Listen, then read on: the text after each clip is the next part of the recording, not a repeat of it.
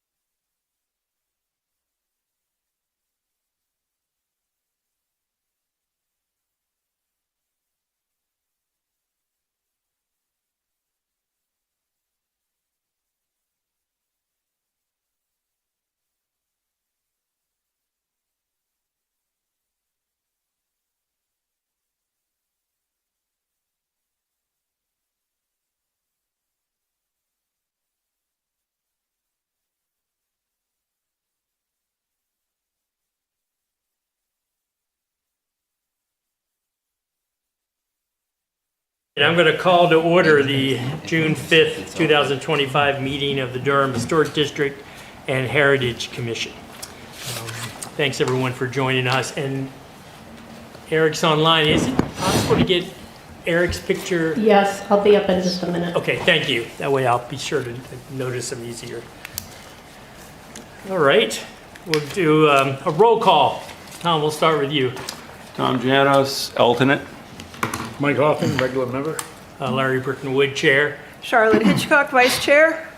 Aaron Wolfson-Suppian, regular member. Michael Barron, Town Planner. Jennifer Becker cannot make it tonight. And I have not heard from Sally, but I know Carolyn also cannot make it. Carolyn is not going to be here yet. So we have a quorum, and Tom, you'll be a voting member tonight. Thank you. All right. All right, approval of the agenda. Any changes to the agenda? Or if not, we can motion to approve it. I'll make a motion to approve the agenda. Second that. Seconded. Any discussion? All those in favor, say. Roll call because I'm online. Oh, we got to do a roll call. Okay, thank you. Let's do a roll call. Tom, approval of the agenda. What's that? We're approving the agenda. You in favor? Oh, sorry. Yes. Yes. Yes. Yes. Yes. All right, and it's approved. Thank you, Eric.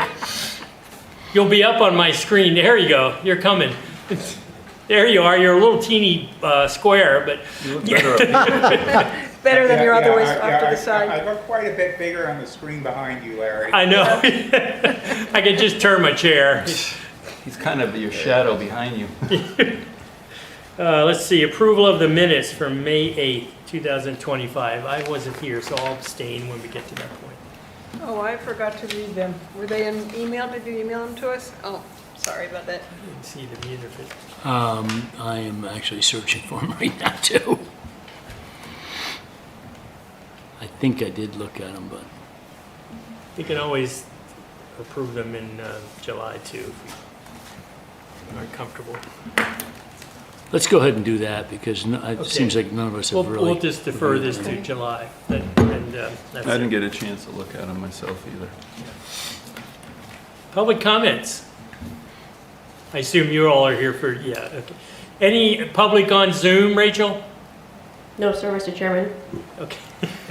So formal. It's, all right. There being no public you. comments, we'll close that. Staff report. Nothing to report. Okay. And then number 8, the history of the Schoolhouse Lane Cemetery. It's a discussion with Janet Mackey and Nancy Sandberg. So if y'all would like to come up, and just for the record, if you could do the introduction too, that would be great. Or a minute taker.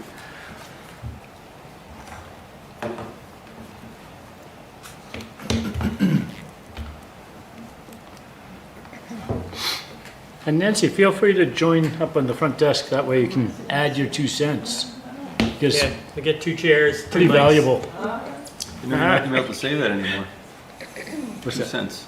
Because there won't be 2 cents. Oh, it's a couple Gonna have to nickels. go to That's a my $10. Double nickel. It's going to be nickels. Yeah. No more 2 cents. It'll be like carbon paper. We'll still say it. Yeah, The CC. youngsters will forget what Xerox. we mean, what we're talking about. Yeah.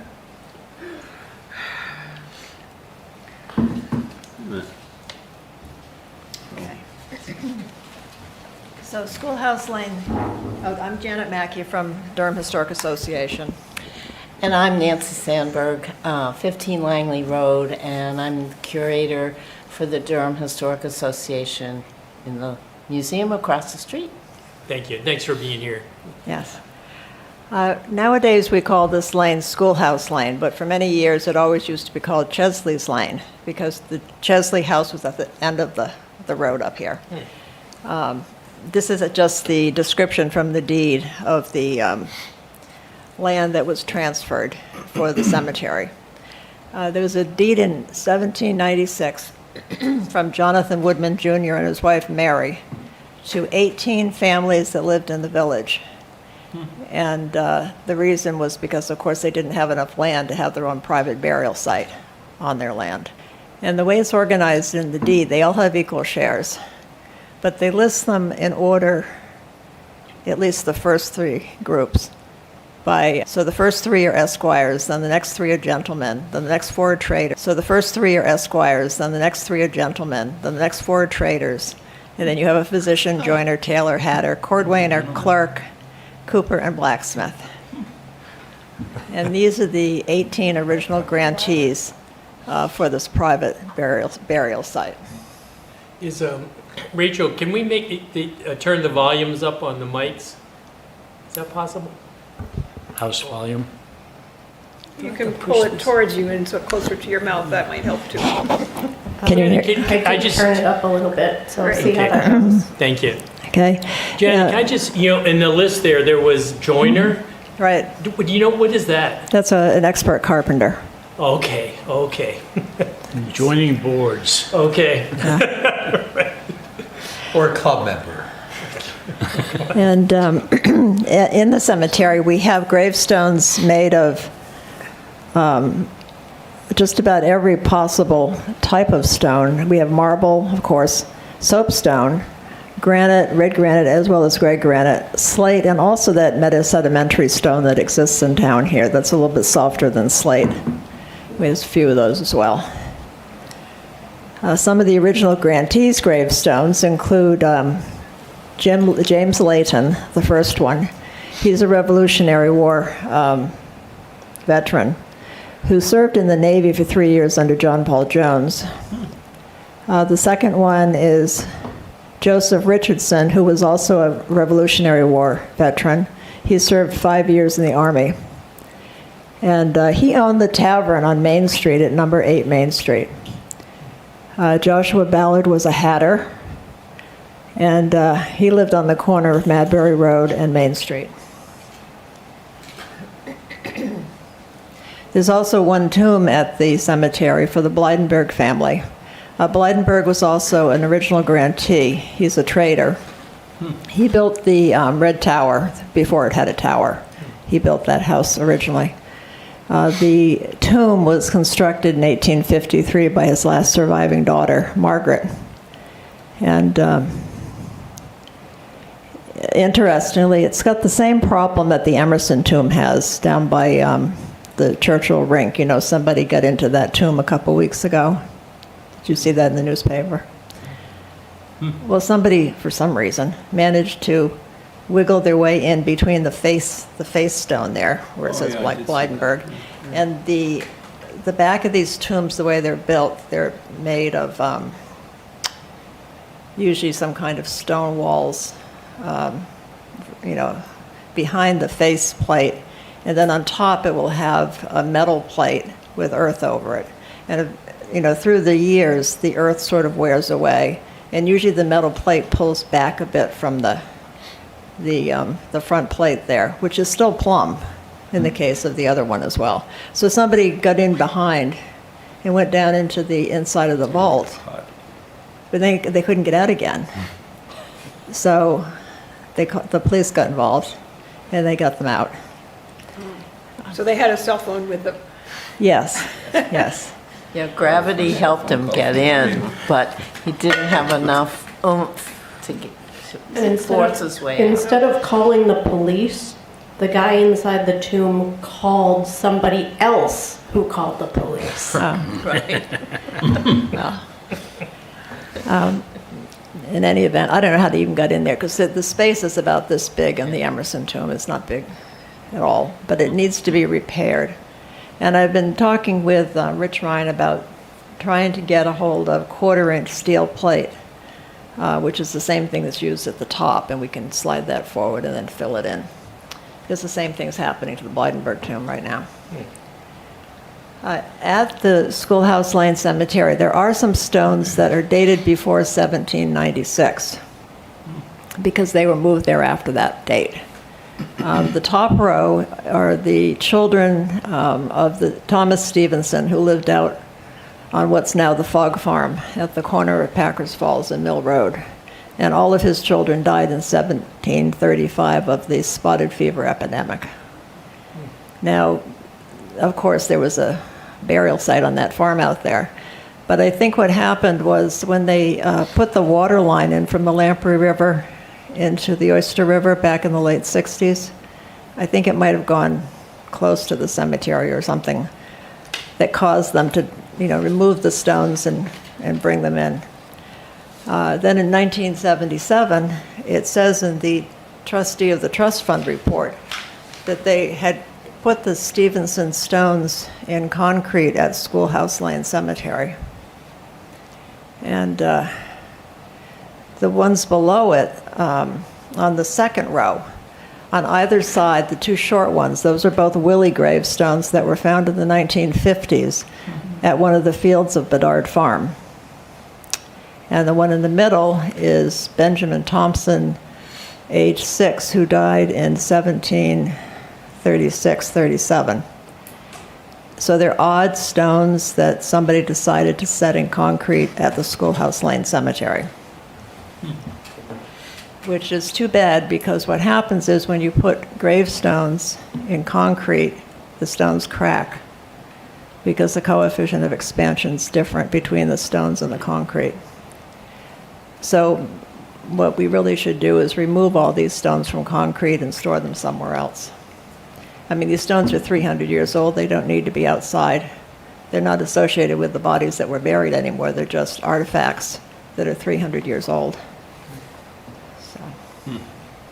It's interesting. Also, laying on the ground at Schoolhouse Lane are these marble niche plates from the Emerson tomb. The Emerson tomb down by Jackson Landing was vandalized in the 60s or thereabouts.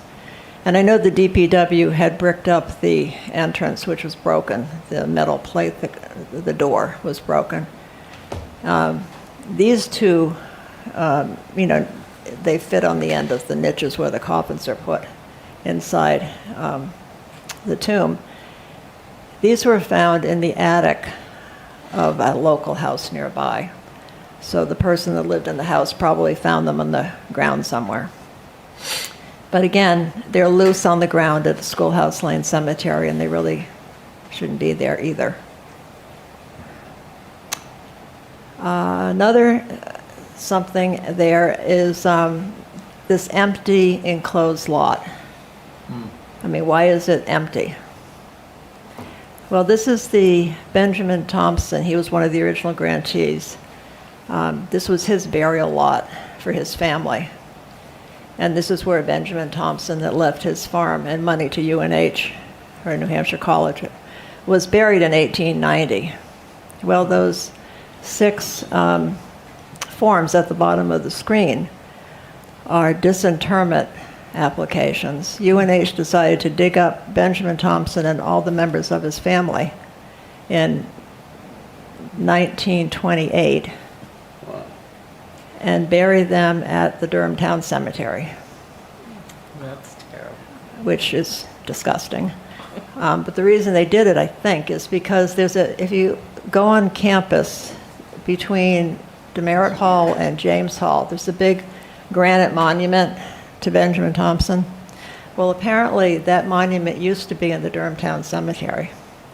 And that's probably why they moved the bodies there, to be with that monument. But there was apparently, I understand, I wasn't here at the time, back in the 20s, such an outcry that people didn't want that huge stone in the town cemetery. So UNH moved it out of the cemetery and put it back on campus, but they left all the gravestones that they'd moved from Schoolhouse Lane at the Durham Town Cemetery. Now, these burials go back to the late 1700s, and they'd been there for a couple hundred years, and they shouldn't have been dug up. But in any event, that's why there's nothing inside that empty lot. There are some people that weren't included in the deed that are buried at Schoolhouse Lane. The first one on the left is Stephen Mitchell.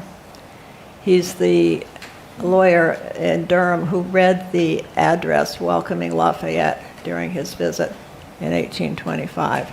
And you're going to meet his reincarnation Yeah. in the John Herman on 22nd. Right. Stephen Mitchell was the nephew of Jonathan Steele, who of course was one of Sullivan's law students. Deacon Abraham Perkins was the first president of the Durham Anti-Slavery Society, which was founded in 1836. Federal Burt, the next person, was a minister here. His name was Federal Burt because he was born the year that the U.S. Constitution was ratified in 1789. And he was married to Mary Pickering, who's the last stone there. He was her first husband. Her second husband was John Kingman. She's the woman who sold the old brick town hall to the town of Durham in the 1840s to use as its town hall. Now, on the south side of the Schoolhouse Lane burial ground is a mortared stone wall. As you can see part of it in the picture on the left. It's signed by Arthur Tirai up on the right picture. He put the wall there in 1936. I think he was paid to do it by the Sawyers who owned, the Three Chimneys building at the time. He's interesting. He's one of the Finnish people that came over here in the late 1800s to work in the stone quarries. And as a matter of fact, this man, he built the, on Durham Point Road, about the fourth house out on the left, it's half granite on the front of it. You know, that building, the house, that was his house. And the reason this picture's in here is because there's a problem with the Three Chimneys. The barn on the left there, which is, got hotel rooms in it, it has that gutter you can see on the right that with no downspout. And what has happened is that the water pours out off the roof of the barn, and it gathers in between the concrete foundation of the barn and the stone wall, and the pressure of the water is pushing the stone wall out, and eventually it will collapse if something isn't done to divert that water problem. And that gutter is where?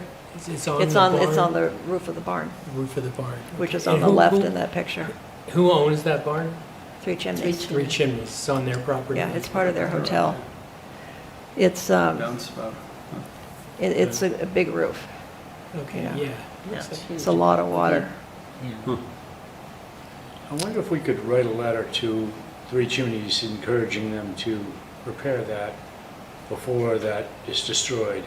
Yeah, I think we could. I mean, it strikes me there are several alternatives to that, what they've Yeah. got there.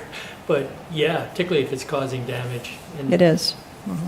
Because that barn was raised, 25 years ago to Right. put that concrete Right. foundation in. Because they were going to use it for hotel rooms Right. instead of as a barn. Right. Folks okay with writing a letter? Sure. Yeah. Good. I mean, all it needs That's is a gonna be addressed. downspout that's directed away from the wall. Yeah.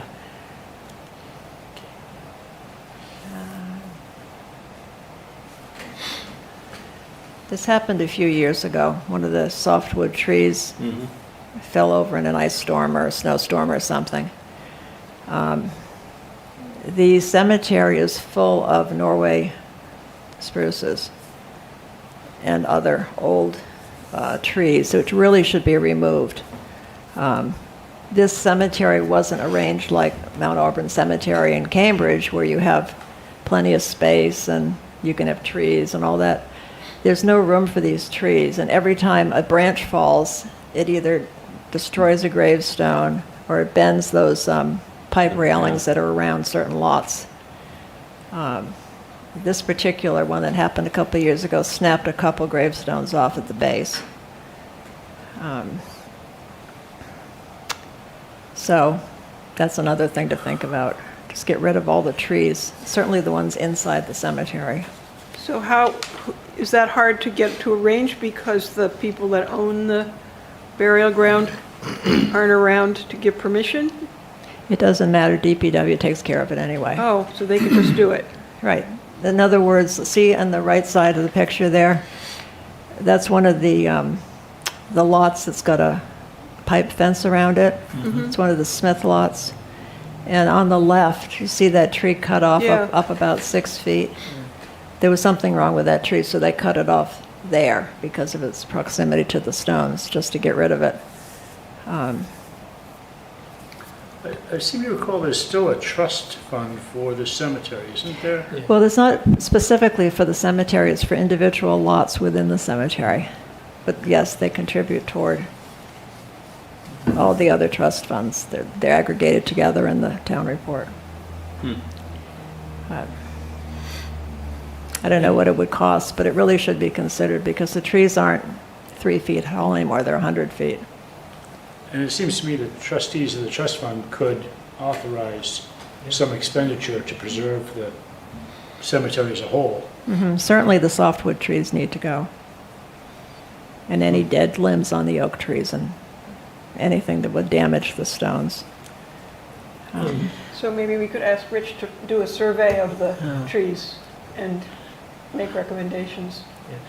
Because you said DPW has taken care of those kind of things in the past. Right, they were in charge of cutting down that tree you can see the stump Yeah. of there. Janet, They keep it mowed. We do other kinds of maintenance on it, like straightening stones and cleaning stones and resetting stones. But we aren't going to be cutting down 100-foot trees because we don't have the equipment. Janet, Yeah. with the proximity of these trees to the Three Chimneys Inn, are some of these trees really on Three Chimneys property? Not, Well, all the trees you can see in this picture are in the cemetery. okay, but I'm saying there is a ridge that I'm thinking of there. Well, there's really between, like, the back of this, the south side of the cemetery and Three Chimneys, there's no trees because it's all parking lot or barn. Right. The tree that fell down in that first picture was on Three Chimneys property, just over the side of the stone wall there. So there's a few on the right and a few on the left, but almost all of them that are a problem are within the cemetery. But the trees in the cemetery are very old, and with all the increasing windstorms we've had, they're going to be even more, the stones in the cemetery are going to be more vulnerable. Do you know what type of trees they are? Well, there's Norway spruce, a lot of Okay. them. The softwoods are mostly Norway spruce. Mostly Norway, okay. It looked like it was a planting project about 100 years ago, something. Definitely, we can look at that too. I mean, Rich is an arborist. Yeah, Yeah. right. Yeah, Yeah. Yeah. It looks like there might be some ash in there too. Yeah. Right. Not going to be long Yeah. for this world. No, You get the ash borer and then that's it. Yeah. So the DHA maintains the 90 private burial sites in town. And if anybody would like to volunteer to help us, that would be great. As I said, we do light work pretty much, straightening the stones, cleaning the stones. In the case of the first picture there, that was the stone was falling over, but it's set in that base. So the base had to be lifted and then put back flat, straight, so that the other stone would fit into it and not be tipped. So we have a tripod and chain to raise something heavy like that. Do you just set it back in dirt?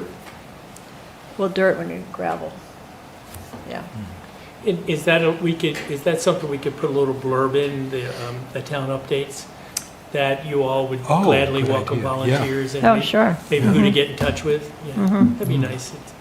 Yeah. And we could refer to the video that we're making now as where people could learn more about it. Yeah.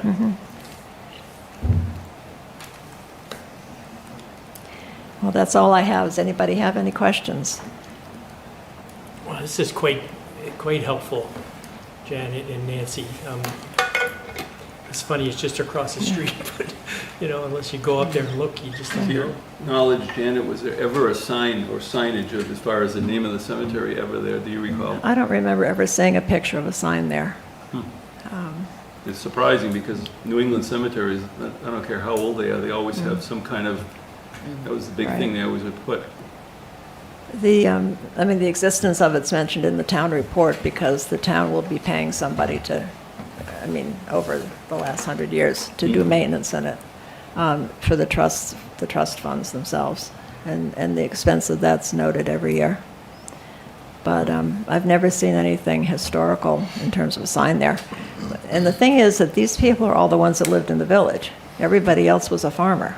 Right. So anything besides farming that happened in Durham pretty much happened in the village, with the exception of Wiswall Dam, that area. But, so, That, the fenced area that had the Thompson family in it at one time, can that be used for anything? I don't know what the official Yeah, situation is with the trustees of trust funds and the cemetery committee at the moment, but there are some recent burials there of the families that know they have a right to use the place. Okay. On the other hand, I'm sure there are burials there that we don't have headstones for. So I don't think there's any diagram anywhere showing, where all the graves are. Yeah. And also, I didn't put a picture in here, but we have a probe that we probe the ground with for stones. And we found 3 stone bases, like the one that we were fixing in that first slide there, just buried. They weren't lined up or anything. It was just they were discarded or something. So it's hard to know what happened in the last 225 years there. So what's the oldest stone there? Well, the oldest stone is probably going to be the one of the ones that was moved there. So that would be 1735, that time period, when the Stevenson stones are all 1735, because they all die within a few months of each other. So, excuse me, Janet, you're saying these stones are moved, but there's no body below it? Right. There's nothing left after 225 That's years, like this, usually. isn't there a stone still over here at the historic? As you're coming in, that's In the entrance. entrance. That's Yes. Is that still there? Yes. That originally was. That's What a stone? Richardson, are you Colonel. talking Was that originally in? No, this Robert cemetery? Mathis. I don't Which know. stone are you talking There's about? a stone as you're coming into the entrance. The to entry. Of the to- DHA? Yeah. Yeah. Oh, well, that stone was replaced by another stone Oh. for exactly Yeah. the same person. So Yeah. that wasn't a stone upgrade by So the he's got a family. double stone. Right. As a matter of fact, there are several here with double stones. For example, James Layton, the one that was in the Navy under John Paul Jones for 3 years, he has a regular marble stone that's probably, when he died. But there's also a government military stone for him as well, Yeah, well, that's customary. which is Yeah. used like a footstone. Yeah. The There are marker. 2 stones also the same way for Richardson. But we found Richardson's original gravestone buried. It had fallen over, and it was under like this much dirt. That's what we used the probe for. And his military stone was in the vicinity of the stone that was buried, so we figured that is where he's buried. So. Another thing too, Reverend Federal Burt also has 2 stones over there.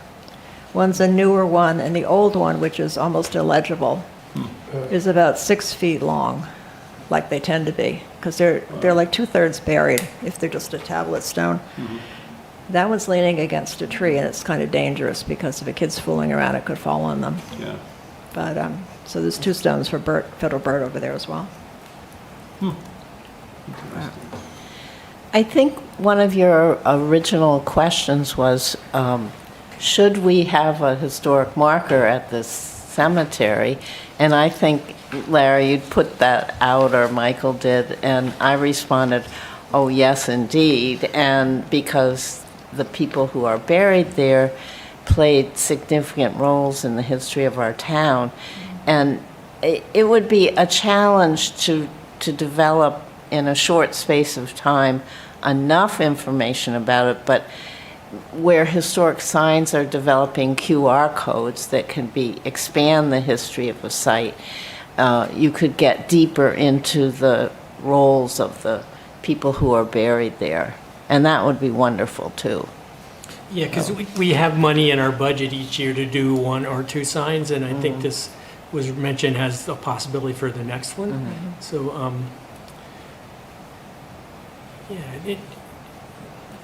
I certainly think it's a good idea and a good place for a next sign. Like, it would take some work to put on it what everyone thinks should It be would be on it. difficult to figure out exactly what to say. There's so much I know. history there. Yeah. Yeah. Right. I mean, of the original 18 grantees, I've got documentation that at least 4 of them aren't even buried there anyway, because they left Durham and they went somewhere else. But that's not to say that their descendants don't have a right to use it, which they do. So,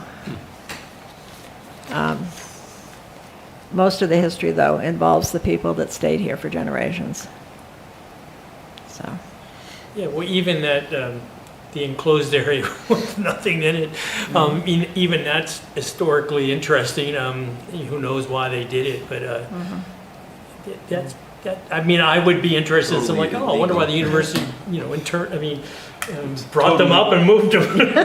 As we know, it's totally illegal. You can't move human remains unless the family signs off on it. yeah, I don't know what happened in 1928. Well, that's true. The state approved it for another state entity, that's all I know. No, it would be interesting to have even signage, kind of giving the history. So my fear is history being lost. Well, yeah. And the people who know the history and they move on and we lose it. That's why I kind of like the idea of having a plaque or a sign stating some of this stuff so people will appreciate why is this vacant and know the whole story. Yeah. I suppose we should ask UNH to have, to give us some information if they have any. Yeah, give us back to Thompson's. Well, it's just, I mean, they didn't expect to be dug up, I'm sure, when they were buried, Well, they're not resting comfortably. They should be over here. Yeah. They should be. Do you think the kind of bronze plaque that we got for the old brick town hall, a freestanding one, would be It a could good be, yeah. style to get?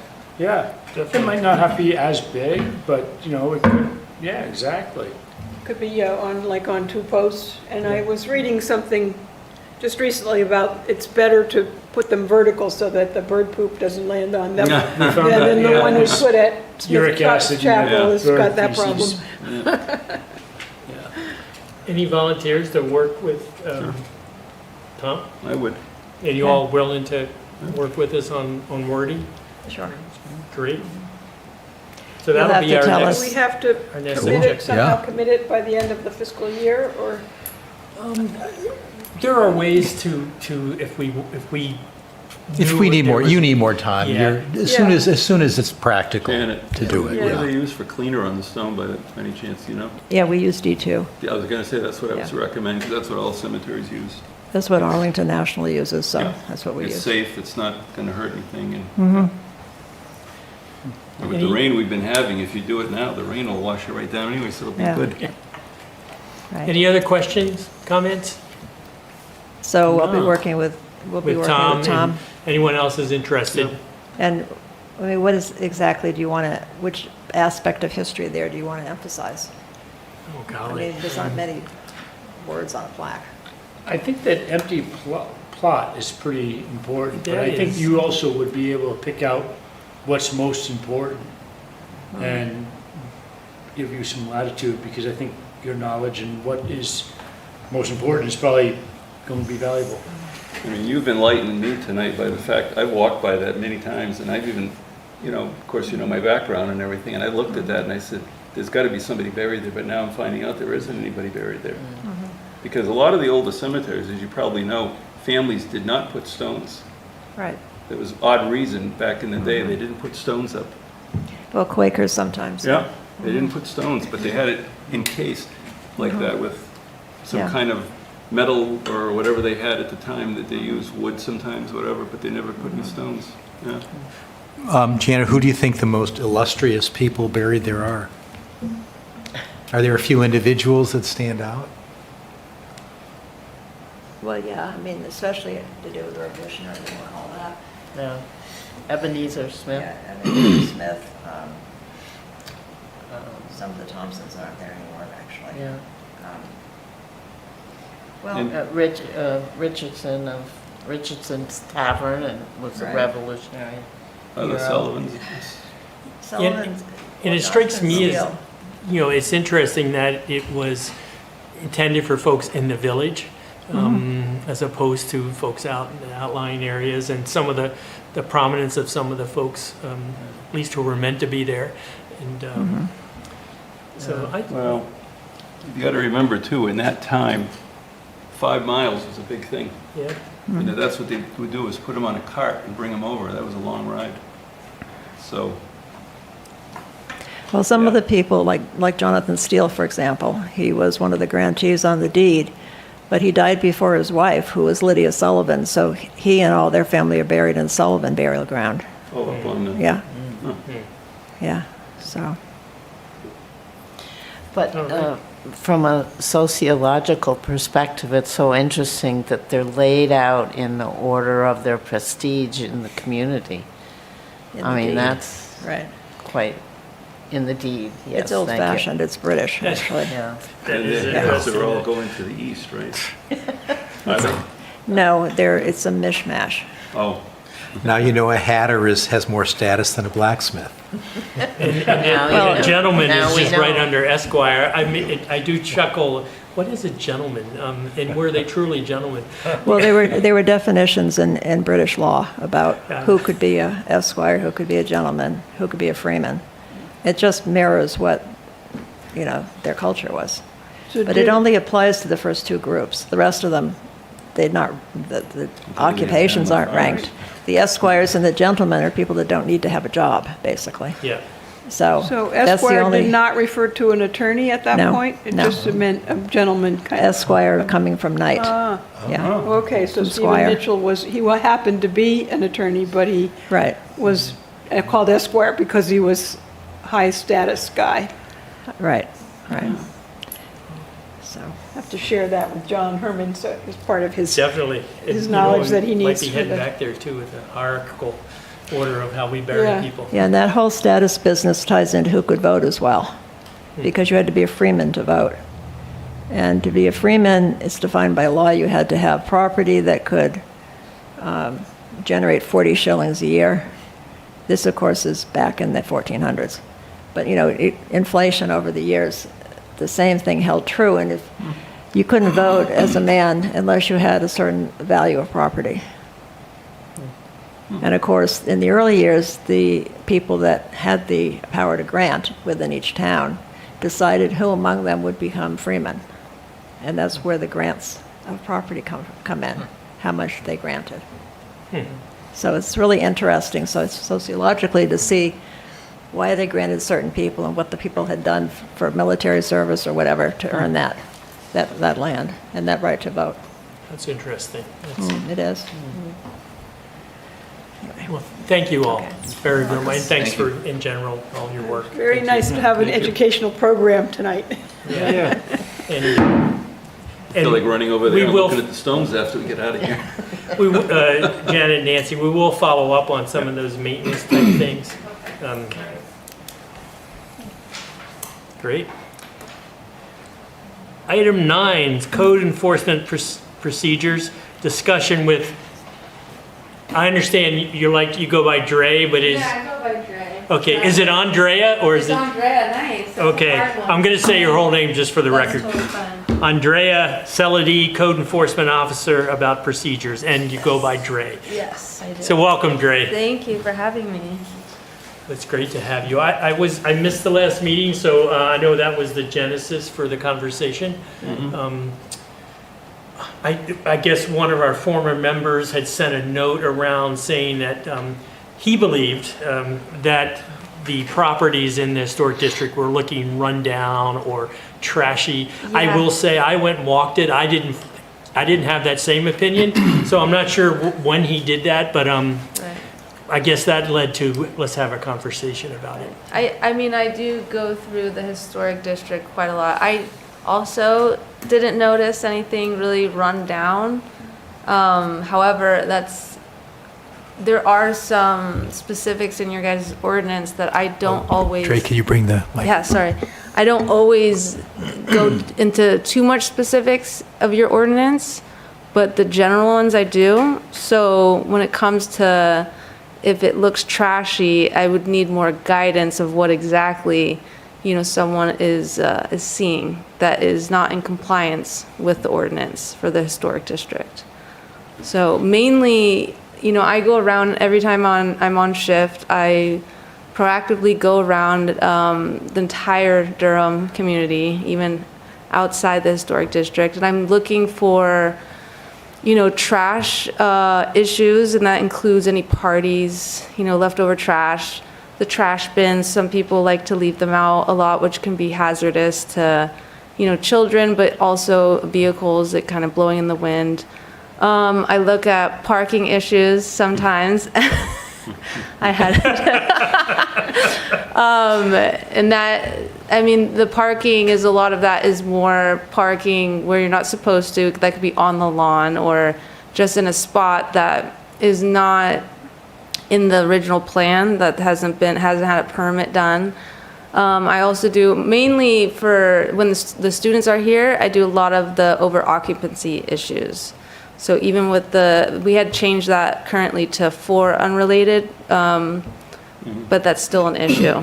That doesn't really, stop that from me doing that. I also do zoning. Those ones are a little harder to catch unless I have, some input from the community and that they're seeing something that maybe I don't see when I'm driving around.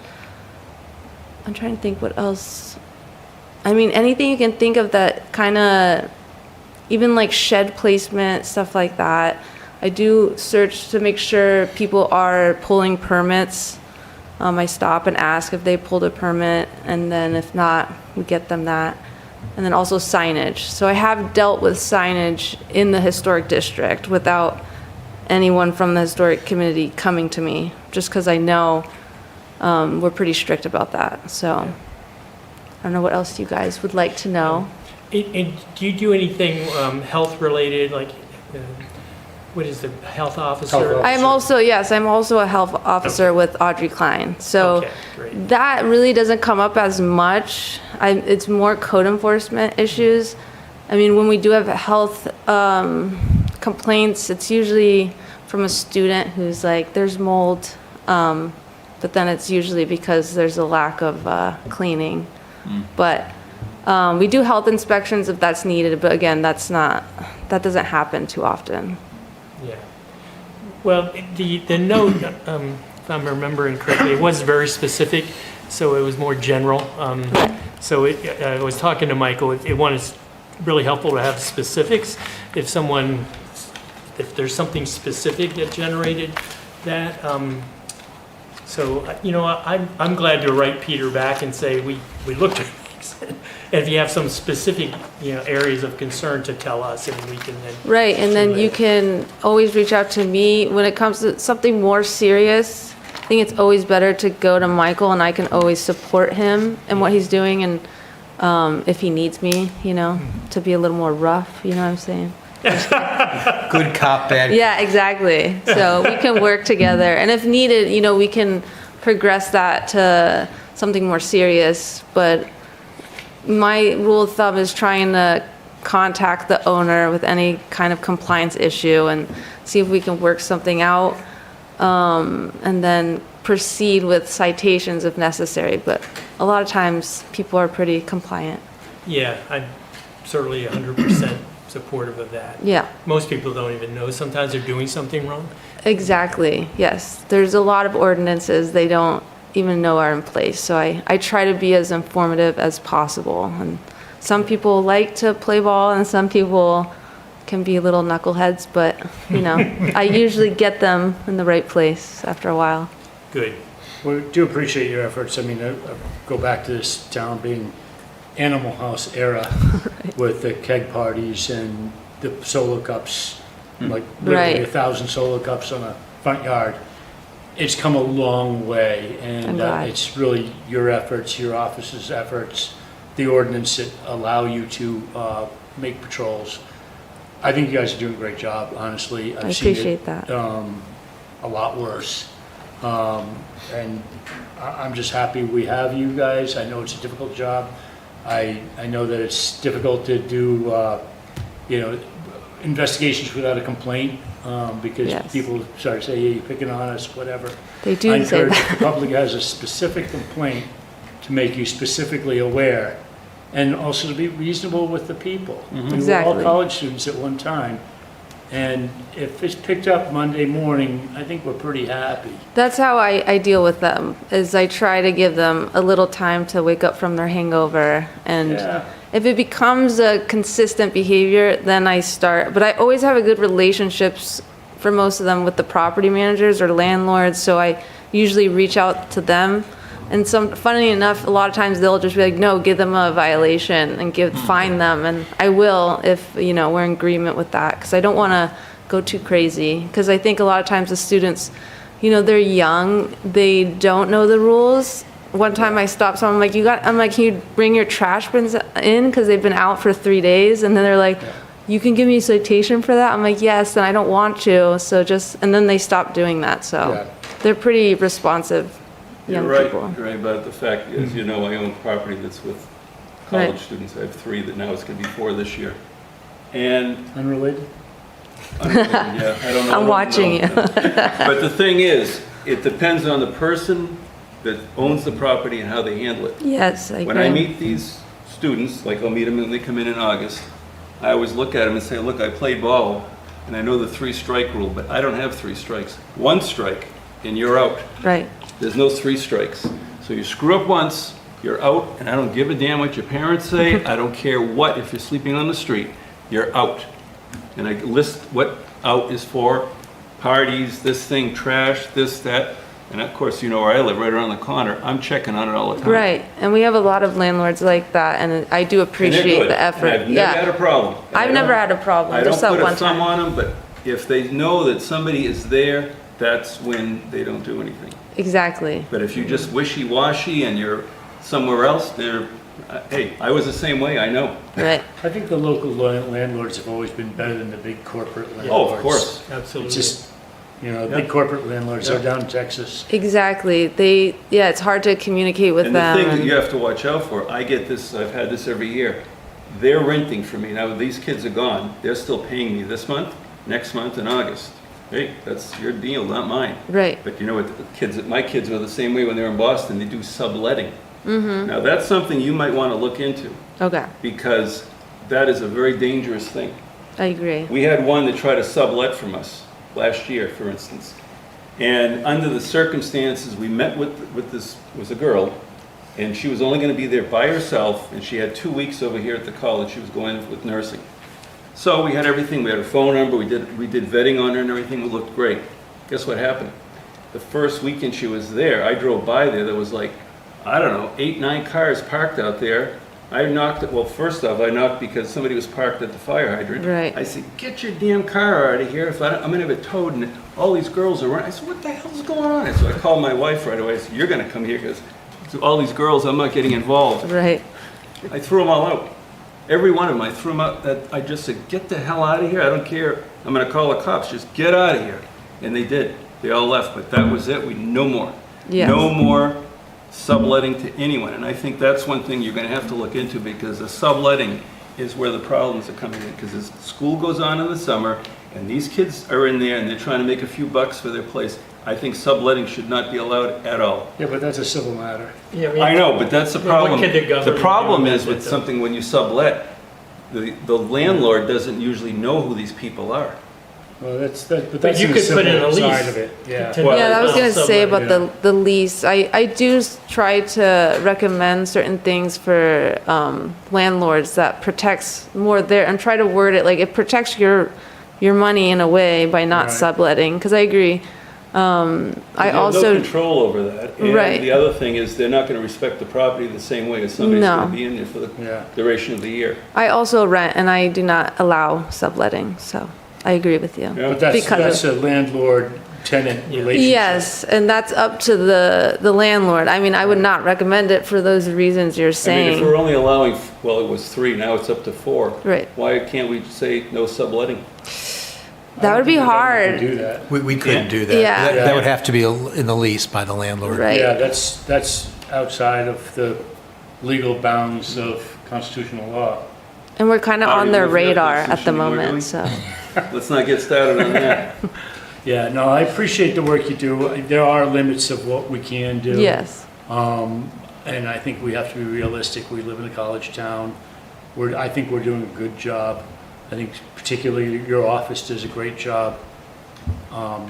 Keep up the good work is what I Thank would you. say. I mean, I would throw in my little tidbit on renovations to historic buildings and, throw out that there are historical exemptions, and I'd like to make sure that everyone's aware of Chapter 12 in the IBC allows for historical exemptions, that you can keep some aspects of any building that's either listed or has the ability to be listed on a historic register. It can be the state level or the federal level.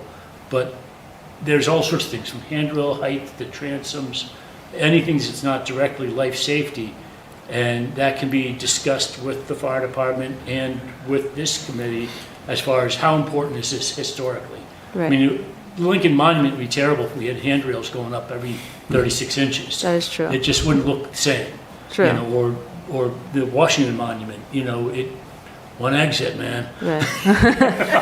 So, but we don't close those buildings down. Right. And those same can be applied to a single-family home, can be applied to a multifamily home. There's a balance situation Right. there. And sometimes there's a give and take. Maybe it's a sprinkler system, but we don't destroy the architectural features of the structure. And that's just something that's so important to me, because I've seen some authorities have jurisdiction being very tough about something as silly as a handrail in a single-family home, and it's 4 inches too low. Right. Well, that's not a big deal. Yeah. That's not a big deal, folks. No, we're similar with we try not to be so hard and strict. We want to be able to work with people. That's our goal. I feel our built environment is so much of our heritage, and it's so Right. important to protect it. I agree. I think Durham looks, in the time we've been here, much better than it did in the early 90s and the 90s. I mean, for lots of reasons. The university clamped down, the town clamped down. Animal House was a reality. Yeah. It really was in Yeah. the late 80s. You see it when they start moving out. It was like, I try to give them a little leeway with that, but I'm like, you guys got to move that couch. It's like, Yeah. I don't think anyone's going to take It it. got trashed to treasure, so there's no excuse. Right. They've got a place for it. And, Yeah. Yeah, I second what Mike said. You all do a great job. Thank you. Early in my career, I was a zoning administrator, and people get excited about zoning stuff. The loose friendships, the threaten to harm each other. Yeah. I was like, whoa. That's funny. And I worked in a university town. We used to have to go in because we had the unrelated thing, and we had these investigative procedures, and one was seeing how many toothbrushes they had. Oh, yeah. Look at the chore list and see how many names are on I the hope chore you had list. a warrant, because that's a domicile. We never did do a warrant, but You were invited in, weren't you? I was glad when I could move on to other things. Right. No, it can be a little, sometimes having those conversations, especially if there's over occupancy. I think that hurts some landlords just because it's a money situation. But again, I try to explain that it's a safety concern, and then it's connected now, especially it's connected with the fire code. So Yeah. it's not much they can do but comply. So I'm grateful for those landlords that understand and work with me. But it is kind of sometimes easy to find because of the car situation and how many cars are parked there. That's what I do, is I look I've for got how many 5 cars. I know. I'll just tell you. And I'll reach out and I'll be like, are these 5 cars, do they all live at, are they registered to, bona fide residents of this property? And once I get a yes, or they give me some sort of evidence that they are, I then. will say, some of these students turn out to be district attorneys and senators. Right. In a very short period of time. They're going to come And back. engineers. Very short period of time. Well, that's good that we're nice with them then. So. It comes around. Yeah. They really do become district Totally. attorneys. Happened, Keisha brother was a district attorney. That's interesting. Just a few years later, and he remembered us. That's funny. Any other questions, comments? No.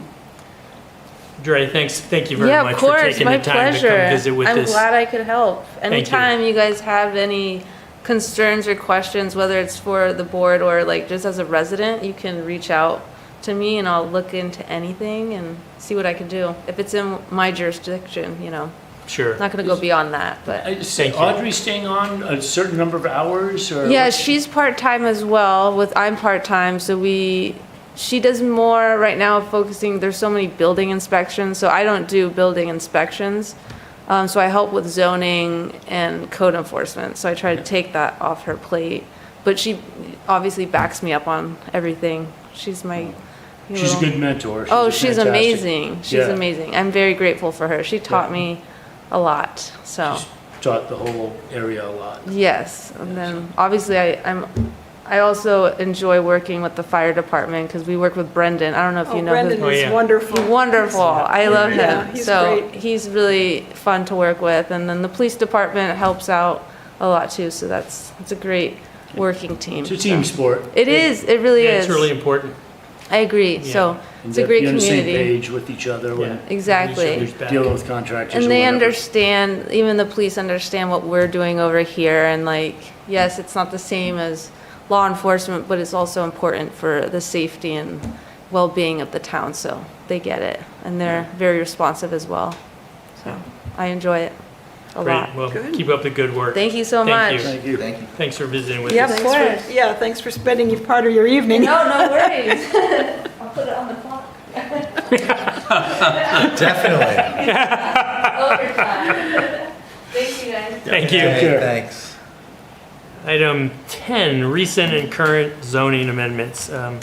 Update from town planner and discussion about changes occurring in and around the historic district. So I'll turn it over to you. sure. If you could just summarize these zoning amendments that folks have expressed some Yeah. concern about. So there's 3 zoning amendments that affect land within the historic district. And one of these has already been adopted, and this pertains to the mixed use with residential in the central business district. And 2 of the other amendments have gone through the planning board, and they're now before the town council.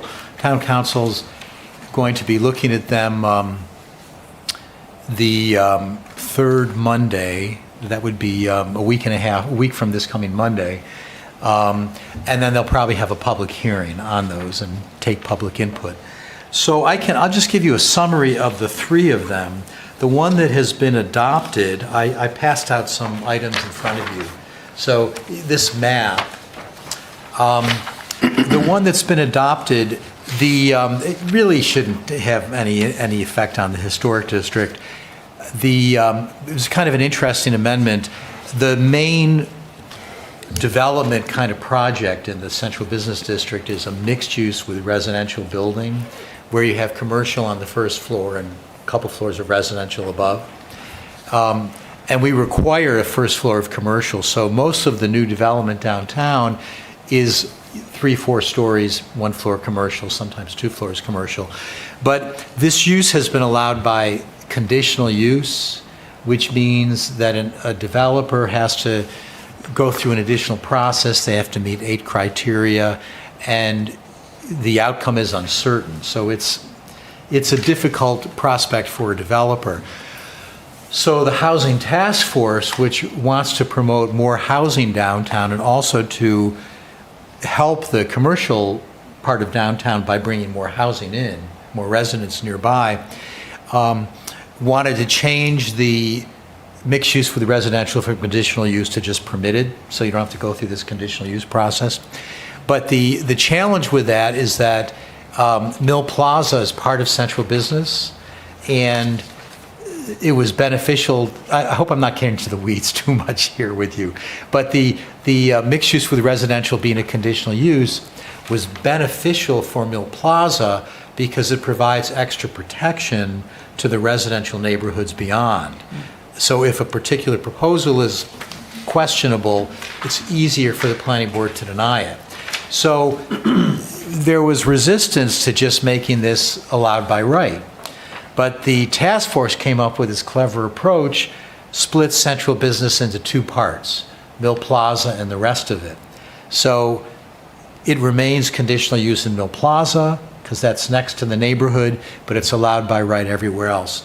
So if you look at this, the red and blue map, the lots that are in the historic district are, there's only 4 lots on the far east side, 3 below Main Street, and then one Main Street where the juicery is above. Those 4 lots.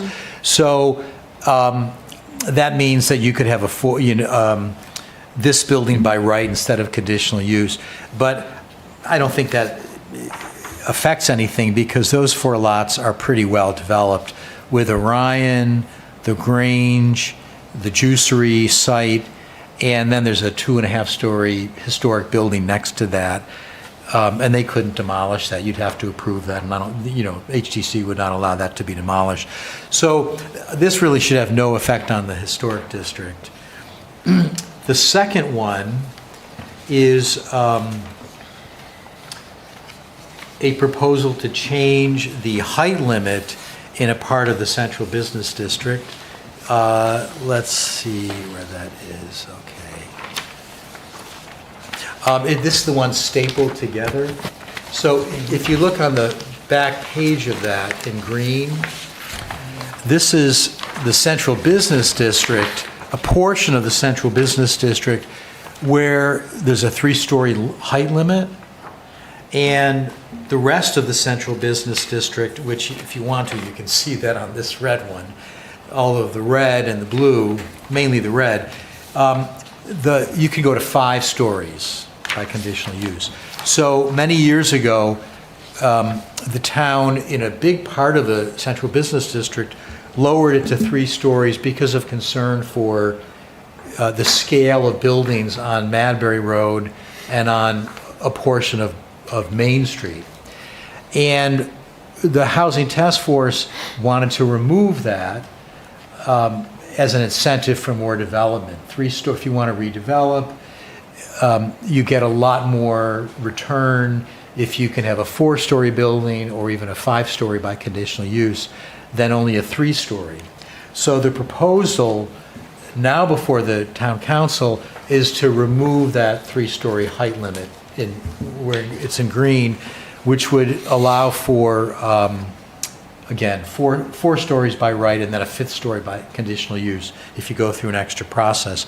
And the only lots in the central business district that are in the historic district are those same 4 lots. Orion, the Grange, the 2.5-story white building, and the juicery at 1 Main Street. And again, those are all developed. So, I don't think we're not going to see someone adding a 4th or a 5th story there. So those 2, I think, really would not have any effect, even though a portion of it's the historic district. And then the third one, if you look at this table, the multifamily, or what we call, which is an apartment, what we call multi-unit residential, is really not allowed anywhere in Durham now. We had 20 years ago, the town was opened up and we allowed multifamily throughout the downtown and beyond. And that's when all the student housing was built in the last 20 years, both in the downtown and then out at the cottages and the lodges. And that was all opened up because there was a feeling that we need to upgrade the student housing, that the town could get a lot more revenue by allowing for new development, and that it would even be beneficial to draw people from Dover, Newmarket, and Rochester, more people to Durham. So that's been successful. And the other thing was to pull students out of the neighborhoods. But then over the last 10 years, the town's tightened up. So multifamily student housing has really not been allowed anywhere. although we've been tinkering with this lately. There's been some other zoning changes about student rentals, but that's a lot of that's all in flux. So again, this was the third initiative of the Housing Task Force. They wanted to accommodate more housing to help with the housing crisis in Durham and beyond. And there was some consensus that the core areas are the best places to do it. That's where there's the infrastructure and services. So their proposal was in 3 of the main core zoning districts, the Churchill, almost the entirety, if you look at the southern map in the orange, that's the portion of Churchill that's in the historic district. So that's significant. Also, the courthouse zone, and the purple here, there's only a few lots in courthouse in the historic district, and the professional office district, which is Madbury Road, and that's not in the historic district. So this proposal in the orange and the purple here would allow multifamily apartments, multi-unit residential, where it's not allowed now. Theoretically, that would open it up to a fair amount of development, but the reality is, I don't want me to be overwhelming you, but you can take these home if you want to look at them. This is another map showing the historic district and the red cross-section from the GIS, which shows you the lots and the building footprints. So you can see that most of the historic district it's pretty built out. There's not a lot of opportunities for redevelopment. There may be some, possibly where there's bigger lots and there's some vacant land at the rear. Maybe somebody could add a building. In the Churchill, in the vicinity of the community church, maybe there's some land. But there's just not a lot of opportunities. One of the bigger ones is behind the Red Tower, which is in Churchill, but that's actually not in the historic district. Although it could affect That's where the proposal was that was finally turned down? the big parking lot, yeah. So this would allow multifamily there, and that could be a little controversial. Some of the residents were not happy about that part of it. That's not in the historic district, but it's adjacent to it. But it requires access through the historic district, if I remember right. Yeah, they would come through the front of Red Tower. But I think I had a sense that there may have been some concern from, I'd be Carolyn, or I don't know, maybe some Carolyn people. had Yeah, I think she felt like all this was happening, and every time we would have a meeting, you and Sally would both say nothing to report, Sally being on the planning board. And if we weren't paying a lot of attention on our own, which I wasn't, we kind of missed a lot of this stuff. And all of a sudden, we see this zoning is almost a completed prospect, and it seems like we should have had reports to the Historic Commission from time to time saying what these ideas were, so that it wouldn't come up without our having input. Yeah, you're right. Frankly, it hadn't even occurred to me because I was so focused on the aspect of zoning and housing. Of the 3, at least the first 2, I can't really see it would just be those 4 lots, how those would have any effect. Although that is, part of the historic district. The last one theoretically could have some effect by allowing intensification of development and more student housing, even though much of Churchill already has student houses. So I'll try to be more aware of that. I was just really focused on the housing and the zoning aspect of it. And I also, with all of everything that we have that goes to the planning board, I do send everything out to all the town boards, HTC and Energy, et cetera. And sometimes I'll hear from a board member that will say, what's going on with this? And then I can respond.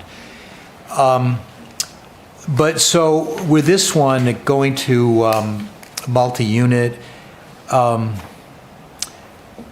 don't think there's a lot of opportunity. For better or for worse, for much more intensification of development, in the historic district, in Church Hill particularly. There may be some adjacent. And anyway, if that's a concern, the town council is going to be taking this up. You could certainly, I'd be happy to meet with anyone if you want to go over some particulars. Or you certainly can present comments to the town council as part of the public hearing. Yeah, there's really two aspects. One is the historic district, but we're also the Heritage Commission. So that's broader than just, it's the patterns of growth in town. I mean, you could make an argument, I'm not saying I am, but that 5-story buildings aren't how we've developed historically. And though I'm all for affordable housing, the likelihood that non-students will come in and be in buildings with students is incredibly naive. Yeah. It's just not going to happen. No. And so I understand the infill, but most people I know looking for housing aren't looking to move in where students are. And I've seen what these larger buildings have done, particularly the ones that have no parking requirements, and they put pressure on parking that is there, and you've allowed, churches and to charge premium dollars for parking spaces. Now, maybe that's a good thing, but I know what my church charges, and I find it outlandish. And by just adding more that might not require parking, I think it just adds to that dilemma. So the church actually rents out parking spaces that they don't St. need? George's and Community Church do. Oh, Yeah, and it's not cheap. and is these spaces that are even rented on Sundays, so it's not, There's a Sunday exclusion for parts of the spaces, at least at Community Church. I'm not sure about St. George's. yeah. But, and then, there is some exclusion for So the people funerals. who and- rent the spaces have to go somewhere else on the Sunday? Yeah, Oh, jeez. Interesting. That's kind of that hasn't diminished the amount of money they're getting for it. yeah. That's, So it's that aspect. Are there any outside of campus? Are there any 5-story buildings now that we have? Oh, well, in the, this would allow the, multi-unit residential and student housing, what have you, by right in Church Hill. But there are still, the height limit in Church Hill is lower than in Central Business District. Let's see. So in Church Hill, the most you could have is really 3 stories anyway, because it's a 30-foot height limit, 35 by conditional use, which is 3 stories, maybe 3.5 conceivably. And then same in courthouse. So, yeah, but you could have a 3-story, student housing, multifamily in Church Hill. And was the thinking of allowing an additional story back in, was it that, what was the thinking behind that?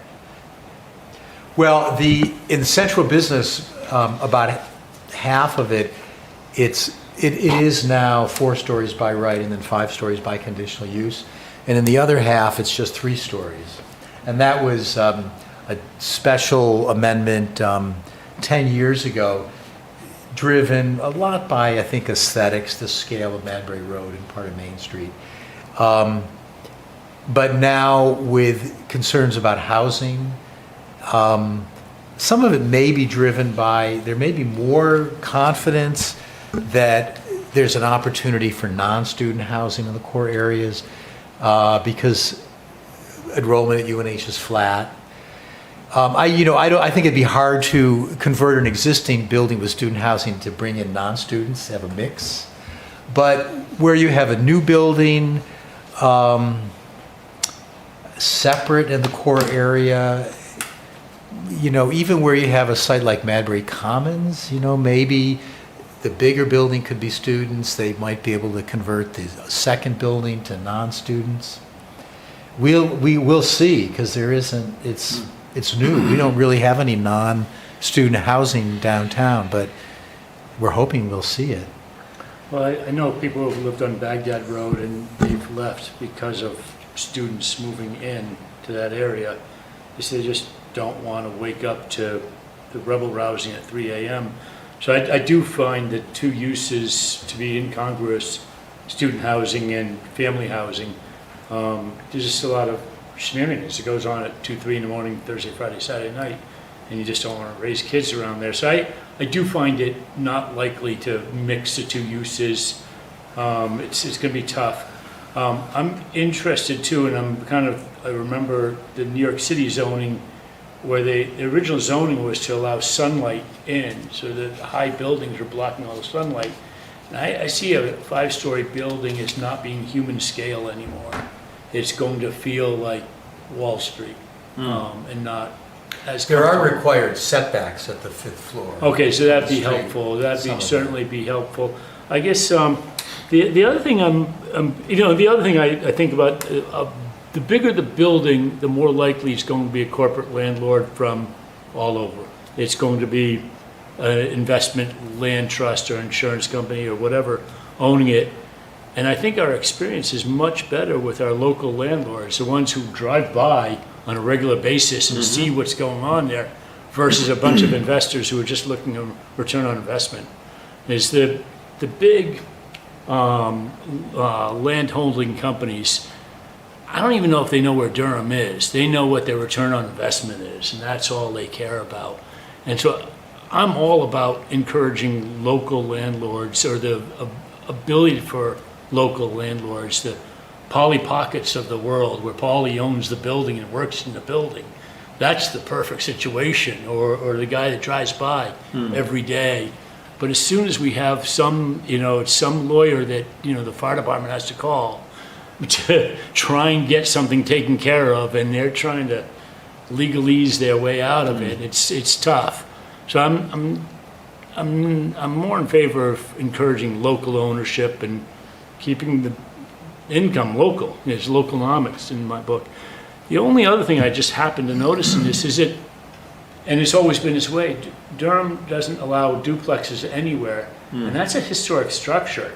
That was part of Americana, where you bought a house and you could afford it because you had somebody next door, or you could take care of your parents and they were right next door but not living in your house, or that type of thing. So I'm always questioning why, if we're trying to look for affordable housing, we don't allow duplex in any zone whatsoever.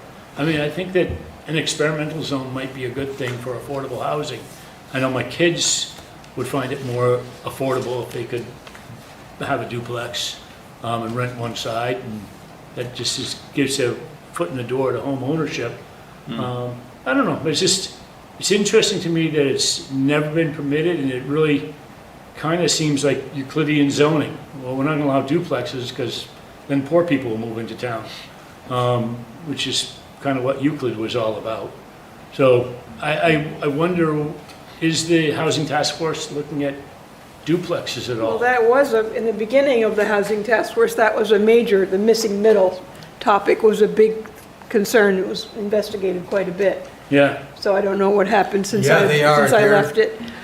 Yeah, they're finalizing a set of zoning amendments they want to bring forward to the planning board very soon that tweaks the ordinance and sort of intensifies various aspects where they can, allowing more housing, and duplexes is a big part of that.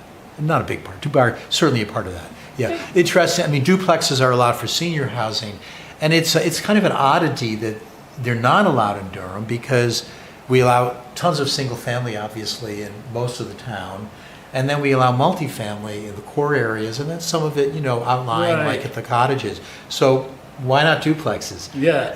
It's an interesting oddity, and I think we'll see some of that. The task force is trying to expand that. That sounds good, because it is, as you call it, the missing middle. Yeah. We have a lot of sprawl all over town, and then we have multifamily. And all our kids who live in Boston, Cambridge, San Francisco, they all live in these like row house type situations and triple deckers and what. I was going to say, does the same apply to like a row house or a townhouse? Is that lumped in with multifamily, or how is that? Yeah, so they're trying to create a category, I think, at 2, 3, and 4 family. Make one, which would be duplexes, triple deckers theoretically, and it could be 2, 3, or 4 row houses or townhouses. So that's right, 2, 3, and 4 family, and they're trying to allow that in various places under certain conditions. I would much prefer that sort of thing, especially on Churchill, instead of just big multifamily. I don't know. I look at like Queens, New York, it's like duplex city. Oh, yeah. And it's just all, and it's just, just affordable housing. It just makes it much more affordable. It's- Yeah, and I do believe the 5-story isn't congruent with the historical growth pattern of Durham, and I think adding more of it is a mistake, and it's not going to accomplish what we think it will. Particularly that enrollments are flat. It feels like a strange time to be adding what will likely be student I housing. think we're gonna have a lot of empty space in that 5 stories too. I was gonna say too, with the requirements to have commercial space, that we have trouble keeping the existing commercial space occupied, and I know. making each of these buildings require a full floor of it would just be a lot more vacant storefronts. Right, so the increasing from 3, the only increase in height is in this area, significant. Only 4 lots in the historic district. Yeah, but I'm thinking Madbury Heritage Road Commission. and- I'm thinking Heritage Commission, and it's. Thinking about the shape of the town overall. I mean, for me, I'm not sure, I don't see a compelling reason to do it. And when in that case, I think, why do it? There are other ways to get to affordable housing, but adding up, which causes its own problems in terms of sunlight and light and air, I just think it's a mistake. I think it's not the way Durham's developed. Not to mention the fire department as well, right, Michael? I just think it's Somewhat, the yeah. wrong move personally, and that's my personal opinion, not the district commissions, but I'm sad to see it. I was sad to see it before, and I'm even sadder to see it more, because I asked Michael today, has anyone reviewed the impacts of the other buildings that we went up with in terms of on the town, on its parking, on its other growth patterns? And I'd be interested if there has been an analysis of that, because I'm not sure it's all good. It may have brought tax revenue in, and I get that, but it's put a premium on parking, and I don't know, has it really brought more customers downtown? No. Well, I think that, we oftentimes look at Portsmouth, and a lot of people will say that it's lost some of its charm, where some of the big square buildings have gone in, and those aren't low rent. They're not affordable. No. They're very much the opposite, very, very high end, and those are corporate-owned buildings where the rent's going to a bunch of shareholders around the world, really, and it's not being kept in the community. So I keep going back to the idea, I'm all pro local landlord, and big, huge buildings can't be locally owned. Not too many people have $10 million or $20 million to throw down on a big building. So it's, I think it's out of scale. I think that it's going to create a shady portion of the street. It's going to be cold and icy all winter long, and windy from the wind howling through the cavern. Yeah, wind tunnels. Yeah. So. Well, do folks feel inclined to make any formal comments, or do you just want to? I think that maybe that the Historic and Heritage Commission are not in favor of 5-story buildings in a historic downtown. Even, we have, as a Heritage Commission, our coverage is not just the historic district. It covers the whole heritage of the community. And if we want to keep the charm as a small New England town, that's one way of doing it, is by keeping it a small New England town that's not corporately held. And the missing middle type, like you say, the 2, 3, and 4 family can still be at a scale of a walkable, everybody has access to the garden, and generally will be owned, often one of the buildings will be owned or occupied and rent out the others, or at least it has much more of a small town feeling to it. So I would be in favor of promoting more of that kind of housing, but less of the actual multifamily. So do we need to go and speak at the public hearing that's coming up? Well, you can Or, approach it in a few ways. As I say, the planning board has already had their public hearing and they made their recommendation. It's on the council's agenda a week from this Monday. What is that? Oh, the 16th of June? Well, a week from this Monday. Yeah, it's the 16th. I think it's the 16th of June. And then most likely they'll set a public hearing, which will probably be their following meeting. It may be the first Monday in July, although I'm not, depending on when July 4th, probably the first Monday in July. And so you could, however you want to approach it, you could have a motion of the HDC, you can send a letter, you can send me an email, one of you can speak at the hearing on behalf of the HDC, any one of you can speak individually for yourself, you can send me emails, whatever you care to So do. if I get this right, is it the Housing Task Force that proposed the 5-story? Well, they're not proposing 5 stories. They're proposing that the section of the central business district limited to 3 stories go to 4 or 5 like the rest of central business. So they are raising it, but to match the rest of central business. Yeah, yeah. I think that, I think we could write a letter, having a formal vote with the board and writing a letter is perhaps the most powerful and expedient. And just saying that we disagree from how it will affect the character of the community. I mean, it's council's decision, but at least we're heard.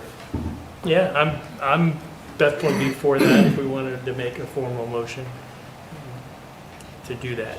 That's the only way we can really speak as an entity, is if we made a motion.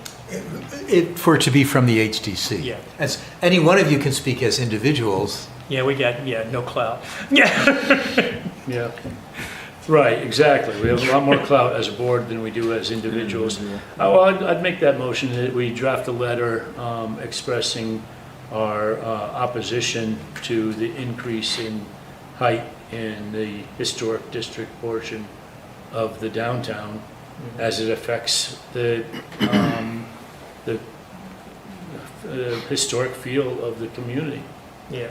I guess I would broaden that a little bit to say beyond the historic district too, personally for me, because that's the heritage piece. Yeah. If you're open to that. Absolutely. I mean, I do recall when Pauley's was first built and Nick's was first built, Nick's was first. People were appalled then. Yeah. They were very upset. And, now we've all grown accustomed to it and it's not a big thing, but people talked about how much it shades the other side of the street. And it was shocking. I recall a lot of discussion about it. Well, Mike, which building are you talking about? Nick's. Nick's Libby's. Bridge. It's now Oh, Libby's. Libby's. It's now Libby's. It used to be called Nick's, I'm sorry. Yeah. Oh. I remember this. Yeah, the different Nick. Carabacilis and Carabellus. But anyway, it was a big deal. And it was one of those things, town divided, 50% said, yeah, great. 50% said this is a terrible thing. But Wow. I was around, but I didn't work for the town then. I didn't know that. That was after the fire. There was a fire, then they there was rebuilt. a fire because it was a one-story, because our zoning only allowed one story in the 70s. That's why we have so many one-story buildings. They had been higher buildings, but our zoning in 1970 required sprawl.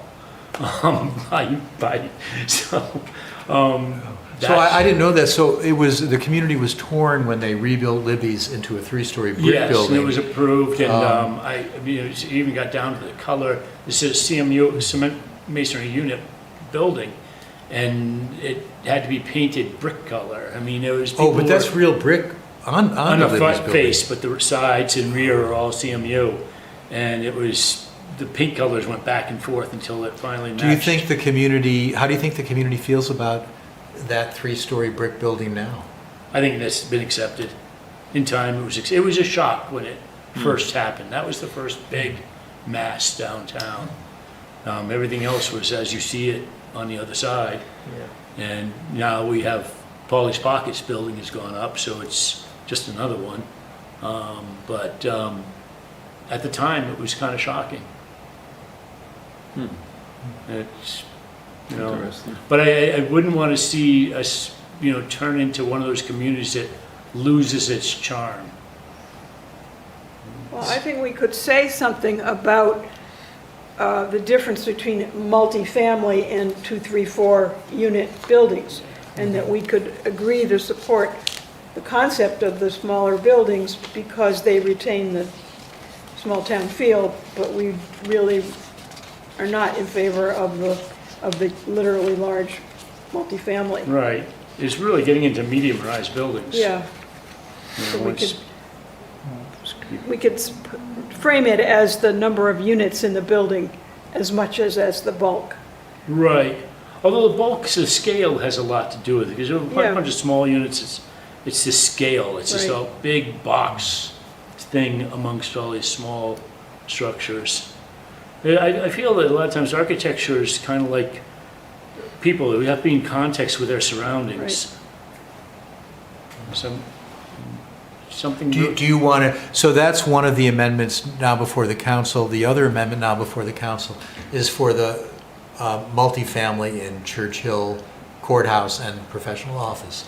Did you want to make any comments on that? Well, I personally think that's what we should really be focusing on more than the central I business. agree with Charlotte, yeah. Yeah. I'd be more, I'm more concerned about the multifamily, especially on Churchill. Yeah, because Churchill is much more in the context of the historic district and the way the small town feeling. I mean, I think about Exeter, which has a real downtown, and it's very charming, whereas Durham's downtown is not very charming because of those one-family, one-story buildings. One story, yeah.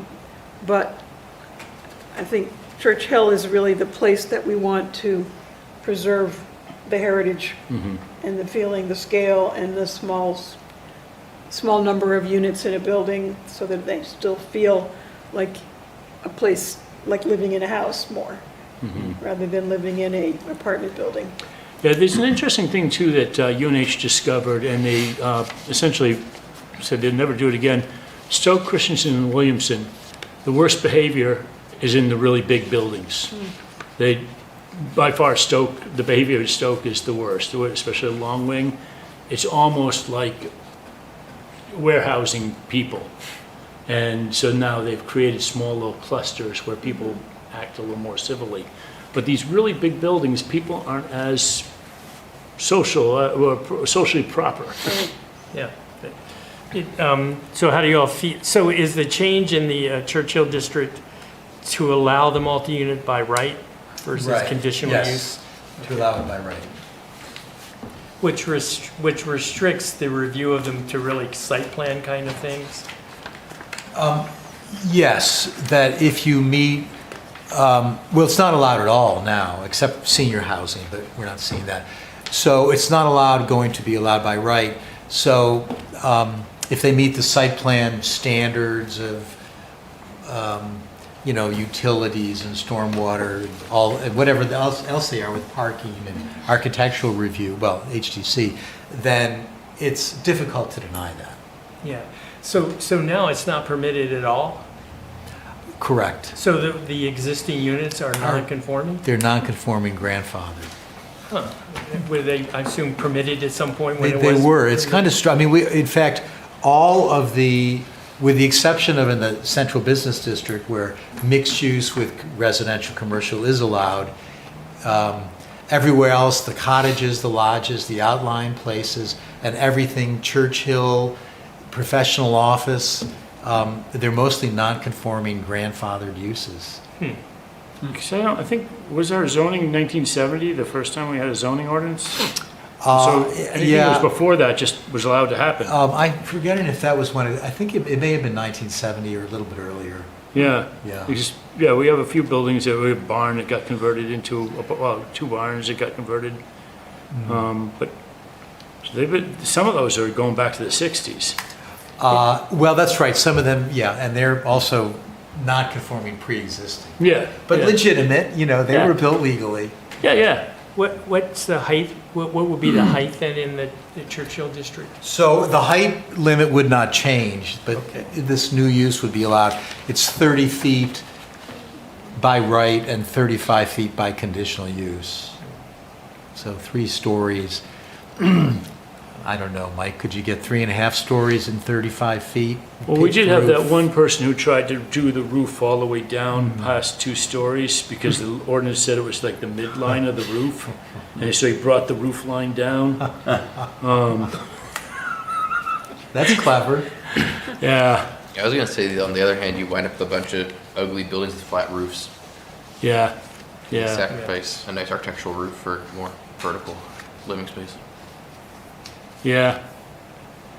I don't know, some flat roofs buildings are okay. Some of the mill buildings are okay, but as Yeah, long as mill you can't buildings are see great. the roof. Yeah. Well, you know, you're working on those now. That's your bread and butter. Yeah, I love it.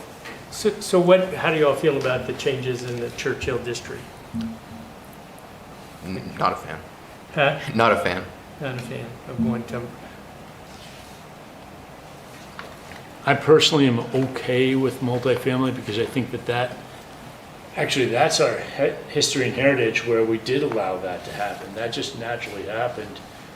I'm okay with the small multi-unit Well, ones. that's why if Michael was saying that there's going to be a building type of 2, 3, or 4, 2 to 4 unit buildings, and that's Yeah. not going to be called multifamily, right? That's going to be called It'll something call else? 2 to 4 unit. Yeah, So it could be, yeah, again, duplexes, triple deckers. so, right, so we Row could say that houses. we support the idea of a 2 to 4 family Yep, building yeah. type, but we don't support multifamily because that's bigger. Yeah, it's confusing to me because I always think as soon as you hit 3, it's multifamily. Yeah, but no, in New Haven where I lived, 4-family was still in a category where it was, 2-family was treated just like 1-family. Right. But 3 to 4 was treated in a different way Its own way, than larger yeah. multifamily. Yeah, isn't Young Drive, weren't those duplexes at one point? yeah, about half of them were duplexes. Of course, that was supposed to be faculty housing. All right, so I know Mike put a motion on the floor. Was there a second? We'll figure out what the repeat the motion is. Okay, so the motion is, Yeah, I had it that, Mike, your motion was to oppose the going to the 5th floor by, so it is, it's 4th, I'm trying to make sure I get it. The 5th floor is still by conditional use? Well, it would be to oppose the zoning amendment that would eliminate the 3-story limit and allow the 4 and 5-story buildings. 4 stories by right, 5-story by conditional use. Yeah, So is that, that's Yeah. solid. and then do you want to add anything around the Churchill district? In terms I'm of, open to a friendly amendment. How Has to be about friendly. we say that in the Church Hill District, we like the concept of, we would support the concept of a 2 to 4 family building type, but not the idea of multifamily being Beyond that, beyond being, yeah. how do folks feel about that? Good. Yeah? Okay, so we'll add that, a Yes, friendly please. amendment from, so, Just one question for Michael. Has there been interest in doing a 5-floor building? Is that why this has been brought up, or? There's not a lot of lots, but there's some, like on Jenkins Court, there's Oh, yeah. a 1-story building, there's some interest. Also on Main Street, although part of that on Main Street, outside the historic district where there's some 1-story buildings, redeveloping those, there's been some interest. There are some lots where it could happen. Wildcat has 2 stories, maybe, I don't know whether they could add a story there. So there's not a lot of opportunities, but there's been some interest. But the other big issue is the parking. Because you gotta remember, every time you go up a couple of floors, people are gonna be living in there. Where are they gonna be parking? Yeah. In the central And business, we're not living in a people- city where we have excellent Yeah. mass transit, believe me. Yeah, I think that we might be on some sort of transportation horizon where self-driving cars, Uber, microtransit, I think that we're at a point in, our lifetimes, transportation's gonna change quite a bit. Oh, I don't doubt, It's, yeah. and the big thing that concerns me about parking requirements is it increases the rent. If a landlord spends more money to build parking facilities, he's gotta charge more rent. Now the rent's less affordable. And so I'm almost a believer in, if you have a car, you should rent a parking spot, and, it's But with fair the market. rents being what they are right now, Mike, and you're mentioning the parking spots from the church are ridiculous in price. Yeah. How are people gonna be able to afford this? It used to be freshmen and sophomores didn't even have cars on campus, they Yeah. had bikes. Now everybody's got a car. It's, Either a car and a bike, yeah, and that's what I'm it's- finding. Or a scooter. Scooter rather than a and bike. some of these cars sit for a week at a time. Yeah, and you can, we saw the parking lot that we allowed, or did we turn that down and the zoning board allowed that? But you could put pressure on people to develop parking lots, which is, I don't think something we would want in the, Right. in I mean, our I don't think- area. and we don't wanna see But if it. there aren't any parking and people need to rent spaces, there's only a limited number of churches and places that could rent them. I don't think Some anybody pressure. wants to see a multi-level parking garage. No, it's No. been talked about for, It's hugely What it is. expensive, but, but I also don't think that's really parking isn't really the historic, well, unless it happens in a historic district. But our concern about lack of parking might not be best placed here. It's more of the planning board, I think. I certainly appreciate any requirements to require parking under the structures, and we've done that recently. And that works quite well. And I've been to a lot of places where there's a lot of parking below grade. yeah, Mhm. Dover has some of those too. So we have on the motion, on the floor, a motion to, one, oppose the going from up to 5 stories in the, which district? Well, so I think you want to say eliminating the 3-story limit Okay. in part of Central Business District. Okay, This would be Central Business 1. Central Business 1. yeah. okay, Central Business District 1, and, So it would be eliminating the 3-story limit in half of Central Business 1, thereby allowing buildings to go to 4 stories by right or 5 stories by conditional use. okay. And then supporting affordable type housing in smaller units, 2 to 4 units, but not multifamily housing as we, Well, so I think Churchill. that's applying to the Second Amendment. Churchill. Yeah. That for Churchill and courthouse and professional office, that you would be opposing allowing multifamily, but you would support allowing 2 to 4 unit. Right. So Projects. should we write a separate letter because it's a separate amendment? or can we- I would, probably better to do 2 separate notes for it, but if it's easier, you could make it one and we and share it. just Yeah. address it to both issues. Send 2 copies, one for each issue. Yeah. Yeah. If you give me one, if you want to put it just in one letter, then everybody will see it and they'll know. Okay, well, let's vote on it. Any more discussion? All those in favor? Should you do roll call? Oh, roll call. Let's do a roll call. So, Tom, we'll start with you. Aye? Aye. Aye. Mike, aye. Me, aye. Aye. Aye. Eric? Aye. Okay, thank you. So that's 6-0. All right, and so I'll draft a letter and send it around to you all Great. to take a look at. And I'll include Carolyn and folks that aren't here. It's interesting, Central Business 2 includes some of UNH. That's kind of interesting. Why does it include some of UNH? I think I heard about To that. avoid the appearance of spot zoning, because Okay. otherwise the Mill Road Plaza would be the only property in CBD 2. There you go. That's a good enough reason. Thank you. Doesn't affect UNH, so they didn't care. Right, I mean, they're exempt from zoning. So. Yeah. right.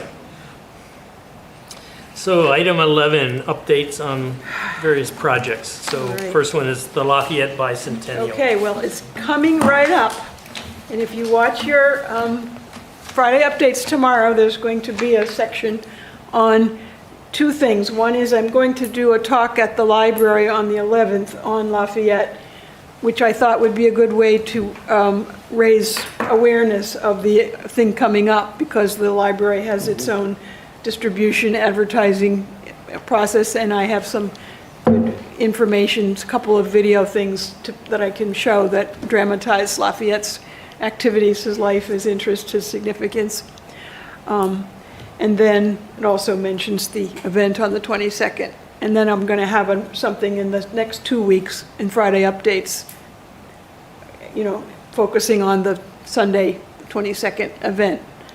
And as part of the preparations, I have got the permit all set, town permit, and there's somebody involved in it from the Sons of the American Revolution who is applying for statewide permits for all the state routes that people need to cross with their horse and carriage and carrying the Lafayette enactor. So there's a lot of stuff going on. In terms of organizing the day, I hope that all of you will be coming and can work as logistics help on the site. I would really like to. I'm going to be out of town that Right, week. okay, but if everyone else can come, Well, that, Sunday is a work day for me. oh, so I okay, can't but be there. I know I already got Aaron exempt. and Mike enlisted, and Tom, you can do something. Because we're gonna need to have one person go out to Old Landing Park where the horse trailer is going to park. Not And gonna have so- to clean up from the horse, are we? Well, oh, I forgot I was supposed to, I know, Rich No, was, but we're putting Rich you in a was, red coat. We're putting you in a red coat. No. no, Rich was concerned about that, and I forgot I You have said- to ask the owner of the horse if they have a cleanup procedure. Anyway, they're going to park there, and so we need someone to meet them and introduce themselves, and then the police will show up there as well, the police How far officer. before the whole thing? Probably like 9:30 would be a good time to be there, and, because they'll be finished in Dover and coming down here. So Dover's the stop before ours. And so in each stop, the horse makes its procession, brings the Lafayette enactor, and through the three revolutionary soldiers with their muskets, and they make a sort of procession. They arrive at the town hall and they let Lafayette out, and the horse goes away immediately so as to be well out of the way before the muskets are fired off. And so the horse can go back in Dover and get back in the trailer and come down here. So I'm thinking that if you could be there by 9:30 and linger around there and watch for At- them to arrive. at Jackson. At Old Landing, Old Landing. Old Landing, yeah. You do have to dress up in period. Well, that's gonna be a tough thing. And then the police officer will show up I'll dress and up as a escort biker. them How's that because sound? they're gonna go, Oh darn, I was eyeing that. Mine. so what they're gonna do is they're gonna go out Old Landing Road to Route 108 to Dover Road and make a Right. left turn and then immediately go up Schoolhouse Lane. And then they'll come down, so they need the police officer to help them go in the road at that point. And then they'll come down Schoolhouse Lane and cross the street into Town Hall, and the police officer will be there to help them cross the street. And then they'll unload Lafayette in here, and then the horse and carriage will take off and go back where it came from, so as to get out of the way. And then we'll have the speeches. So at the site here, we'll have barricades to put up across the driveways. And I'm going to ask for some cones too, because I think we need to sort of outline the route that the carriage is going to take, like through here and out the other side and around on probably Mill Pond Road to get back to to go back to So they're not Schoolhouse going Lane. up this way, in other words. So they're just going to go around the building, or they're, I'm going to make a drawing of the plan of the town hall site so that I can identify the places that people need to be working on, and so we need to have a clear spot, not filled with pedestrian bystanders, where the horse can go through and exit out the other side. And then we don't want anybody visiting to park on the town hall property, because we want it to be available as a pedestrian place, except for the two people that are involved in bringing the event. So one is Alan Hoffman, who's the president of the American Friends of Lafayette, and he's going to be coming with a microphone, a loudspeaker system. So he needs to have a space to park here. And so one of you guys who are here will have to like let him in through the barricade and to park there. And I think there's going to be a woman from the Daughters of the American Revolution who's going to come with flags to hand out. And she will have been at Dover, but then she'll come here, and so I think she should be allowed to park too. So Yeah, we can put them on that far side of the yeah, that's what I building. was thinking. Yeah. And then the food truck, the Riverwoods food truck will be here to hand out refreshments. And I thought we would park it over, like across the parking spaces over there that in front of the staff entrance door.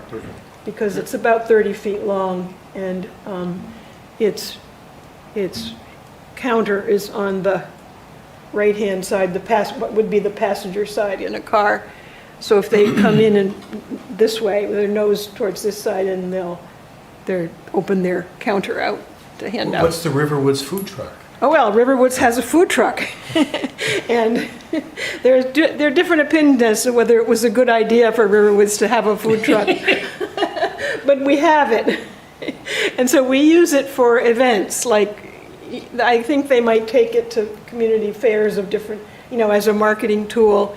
And they occasionally have like a luncheon for us where we can go outside and have hot dogs or out of the food truck. But anyway, it has a special employee whose job is to drive it wherever it has to go. And they've agreed to donate it for this event, which I think is very nice. So they're going to serve coffee and lemonade and muffins appropriate for a Sunday morning. Awesome. Are they, because Riverwoods on a Tideline, I think, opens. They open at noon. They open We'll at be noon. done before then. I see. But I did contact Joel and tell him that we were having this.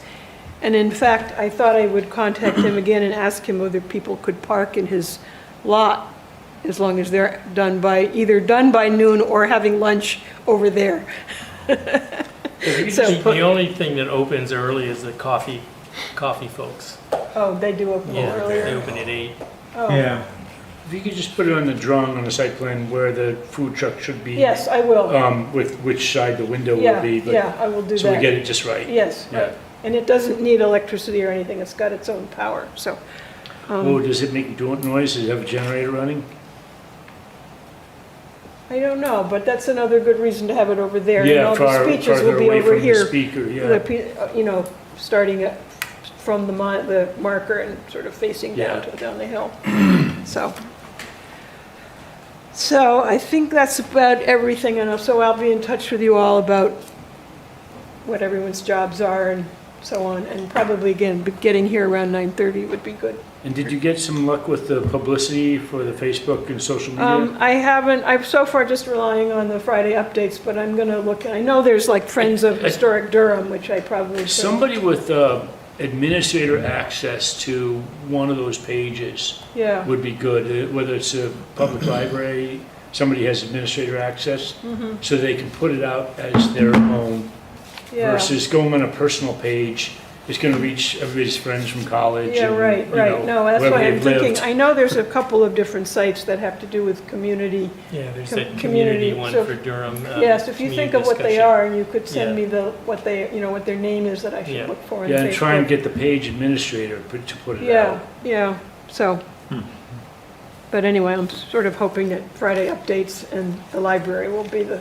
Yeah, I think the vehicles. library, I'm sure, has somebody that Well, does something and so like that. they'll have my talk in their calendar, they do. Yeah. And then I'll give the talk, and I will bring a handout that tells about the actual Yeah. event on the And they can share Sunday. to other pages Yeah. as well. Yeah, so anyway, but if anyone knows someone who's good at publicity and would be willing to volunteer, I could really use that extra little bit.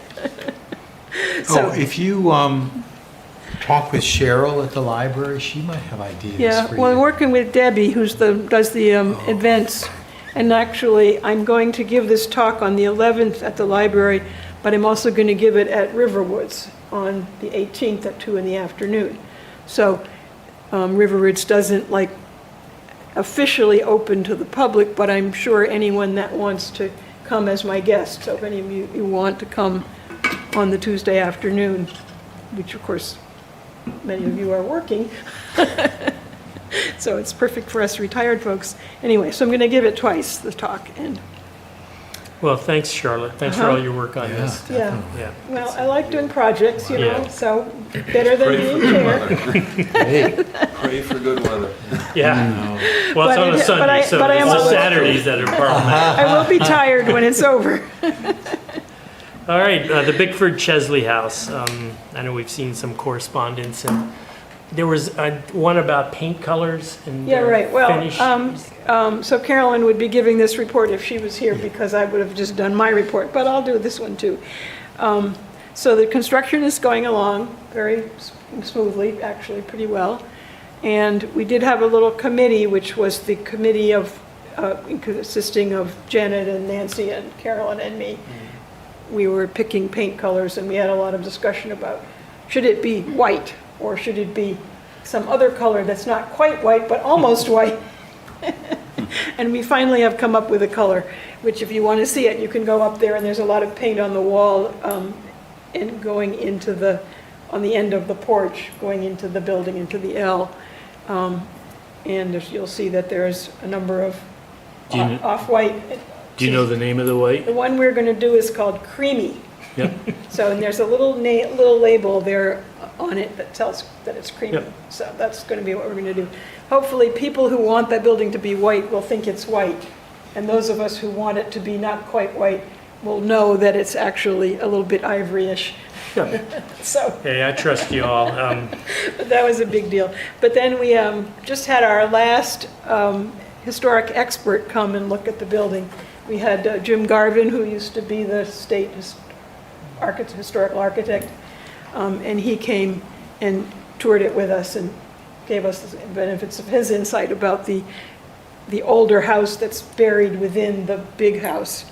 And so if any of you would like a tour of that, just let me know, and I'll make a date with you to go over there and show you all the stuff, because they're almost ready to put the sprinkler system in, and then after that, they'll start closing up the walls pretty quick. So it's moving along quite nicely. And That's wonderful. Brendan has been wonderfully helpful, Yeah. because we had a question about the second means of egress from the upstairs. And he came over and we all went over how the sprinkler system actually makes it okay to have a substandard old stair that's already there. Yeah, again, that historical provision Yeah.